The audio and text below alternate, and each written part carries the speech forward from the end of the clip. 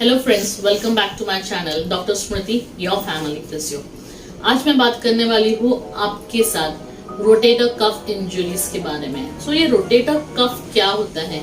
काफी पेशेंट्स आजकल हमें बताते हैं कि मेरे रोटेटर कफ में इंजरी हुई है। वो ये चीज हमें कैसे बताते हैं? वो गूगल में देखते हैं और उसके बाद वो हमें बताते हैं कि शायद रोटेटर कफ इन्वॉल्व है।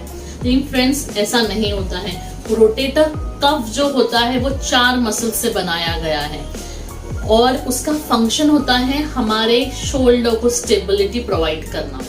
ये जो 4 मसल्स हैं वो होते हैं supraspinatus, infraspinatus, subscapularis and teres minor. ये जो मसल्स है ये आपके शोल्डर को स्टेबिलिटी प्रोवाइड करते हैं। डायनामिक स्टेबिलिटी मतलब हाथ मूव करते वक्त हमारा हाथ स्टेबल रहना चाहिए, उसे गिरना नहीं चाहिए या उसको पेन नहीं होना चाहिए, उसको हम डायनामिक स्टेबिलिटी बोलते हैं।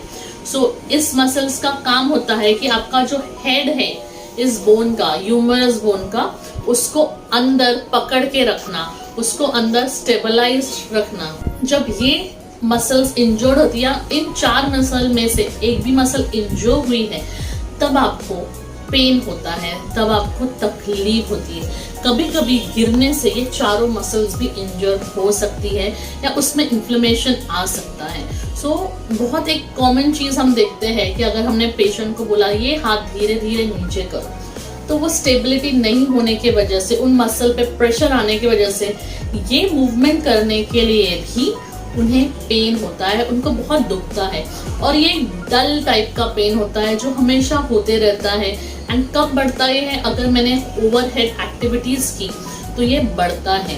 ये कॉमनली देखा जाता है कि स्पोर्ट्स पर्सन में होता है या फिर जिनका बहुत ज्यादा ओवरहेड एक्टिविटीज होते हैं उनमें ये पाया जाता है। कभी कभी गिरने के बाद भी ये पेन होता है या फिर हम कंटिन्यूसली काम करते रहे और ऐसे काम है जिससे हमारे ये वाली एक्टिविटी, ओवरहेड एक्टिविटी इन्वॉल्व है, तो तब ये पेन पाया जाता है।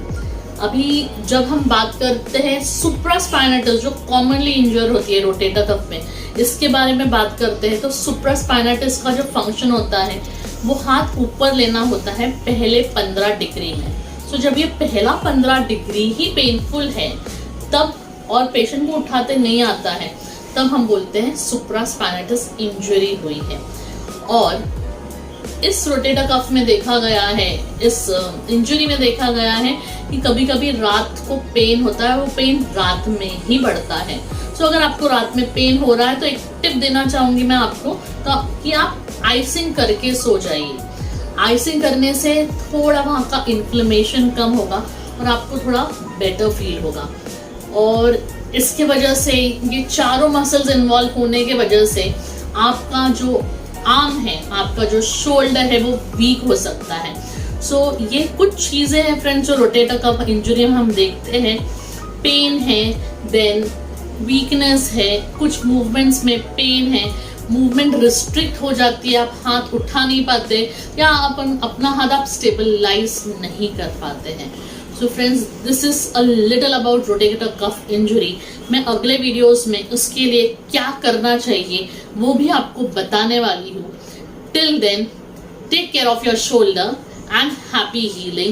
Do share this with your friends and family. Thank you for listening to me.